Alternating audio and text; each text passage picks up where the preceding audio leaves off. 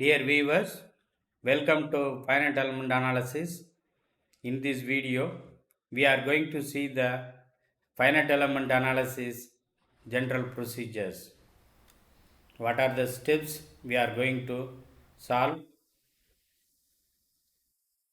for structural problem, thermal analysis problem?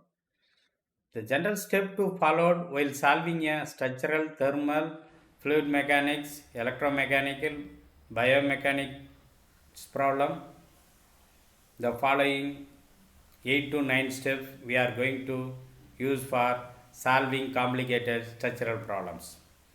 First step is discretize and select the element type. Second step, choose the displacement function. Third step, define the strain, displacement and stress strain relationship. The fourth step is derive the element stiffness matrix and equation by using direct or variational or Galerkin approach. The fifth step is assemble the element equation to obtain the global equation and apply the boundary condition. The sixth step is solve the unknown degree of freedom or displacement. The seventh step is solve for the element strain and the stresses. The eighth step, we have to analyze the result. The FEA general procedure step is shown in the flow chart. The 8 to 9 steps. The first step is discretization. The discretization means art of dividing the complicated structure by using known geometrical shape. Normally, the element type is one dimensional, two dimensional, three dimensional, or line, or triangular, rectangular, or cubic element. After the discretization, we have to numbering of nodes and elements for identification of the elements. The third step, selection of the displacement function. The displacement function are shape function varying for structural problem, thermal problem and fluid mechanics or electromechanic or biomechanical problems. It is called field variable. Field variable means for structural displacement. In field variable for thermal analysis problem, temperature distribution. The next step is define the material behavior. So we have to specify the material behavior for linear, elastic or plastic. The specify the material property based on the Young's modulus, Paschen ratio, what is the thermal conductivity. The next important step is stiffness matrix equation formulation. Before that, we have to choose the linear polynomial equation or quadratic or second order, first order equation or sine series, trigonometric series equation based on the stress strain relationship. Sigma equal to product of Young's modulus into strain. Strain is change in length divided by original length. Based on this, we have to formulate the stiffness matrix for structural problem, thermal problem, whatever it is. First thing is we formulate the shape function. Based on the shape function, we have to derive the stiffness matrix equation. Stiffness matrix. So linear element, for example, line element or triangular element or rectangular element. The stiffness matrix is varying for element to element. For example, we have to analysis stepped bar means the K value is K AE divided by L. It is one dimensional linear bar element. For example, beam will be beam element varying. Then thermal stress, thermal strain will be varying for stiffness matrix equation. After evaluating the stiffness matrix, we have to determine the individual element stiffness matrix. After that, assemble the the whole domain element equation. After that, applying the boundary condition. Boundary condition is what are the load is acting in the physical phenomena. For point load, uniform distributed load or uniform varying load, where what are the support is roller support or hinged support, where the degree of freedom is 0. After applying the boundary condition, then load, then solve the unknown displacement or degree of freedom. So after the solving that displacement, we have to generate the simultaneous equation. The simultaneous equation we have to solve by the Gaussian elimination approach. The first we are determine the after the applying the boundary condition, we are getting a set of simultaneous equation based on your unknown parameter. We have to solve the Gaussian elimination approach. Then after the displacement function, based on the stress strain relationship or Hooke's law, we have to find out the strain value. After evaluating the strain, we have to determine the stresses for structural problem. Similarly, we can do the thermal analysis problem also. After evaluating the result of displacement, deformation, stress and strain or temperature distribution, then we can, the last step is interpreting the result, analysis your result. This part is very, very important.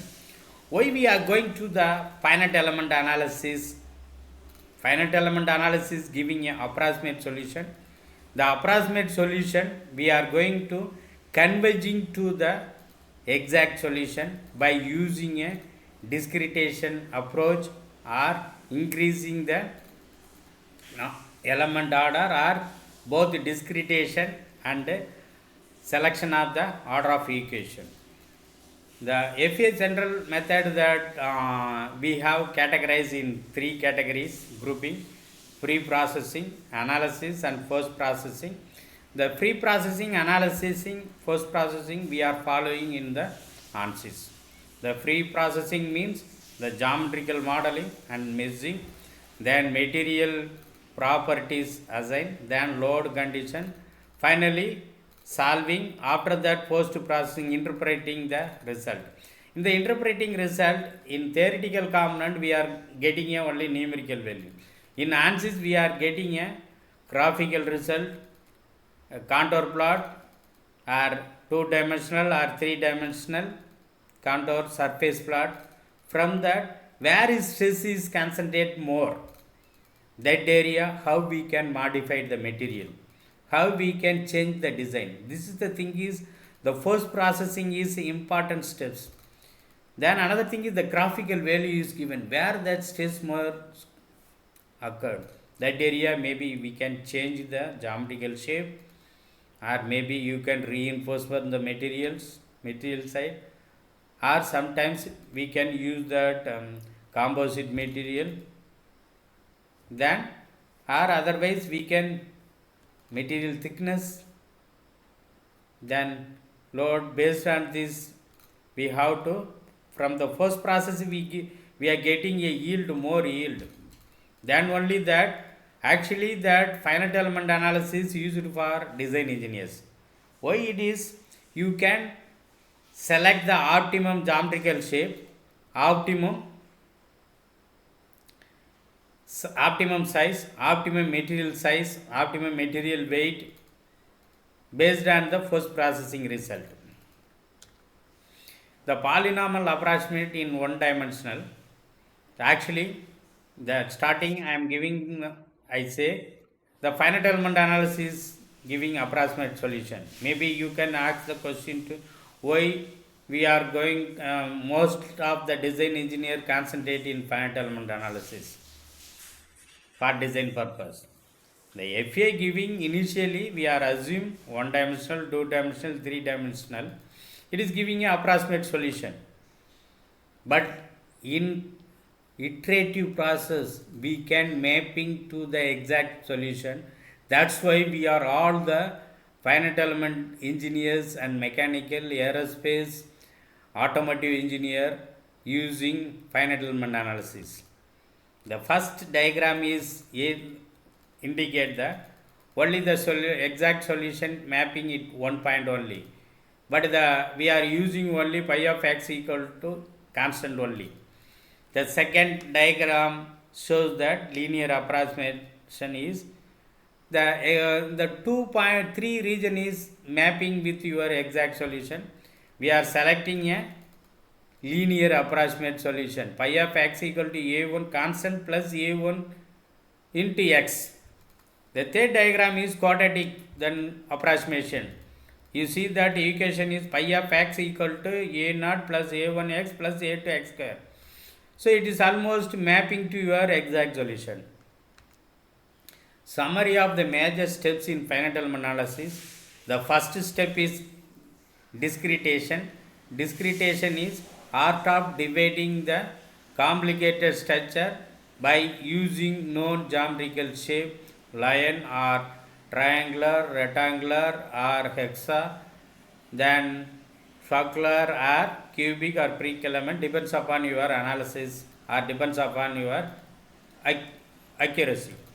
Then next, based after the discretization, we have to the element derivation part is that weak part means the whole domain considered as a strong form. The strong after the discretization, it will converted into a weak form. The element equation we are approximation, so the governing of your fundamental equation for structural problem, thermal problem. The next is constructing for a approximation solution over one element. Derive the finite element model.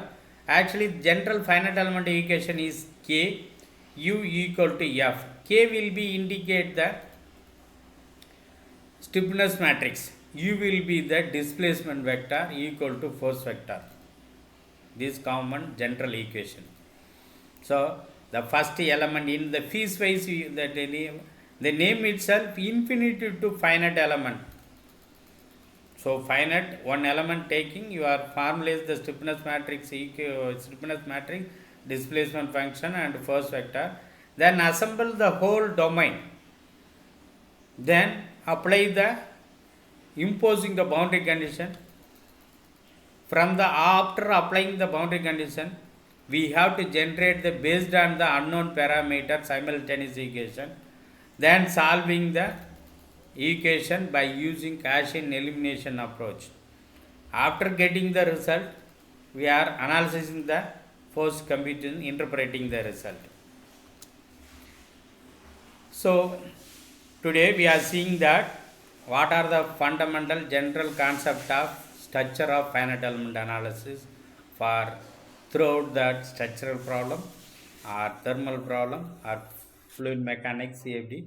This is the common general procedure for finite element analysis. Thank you for watching my video.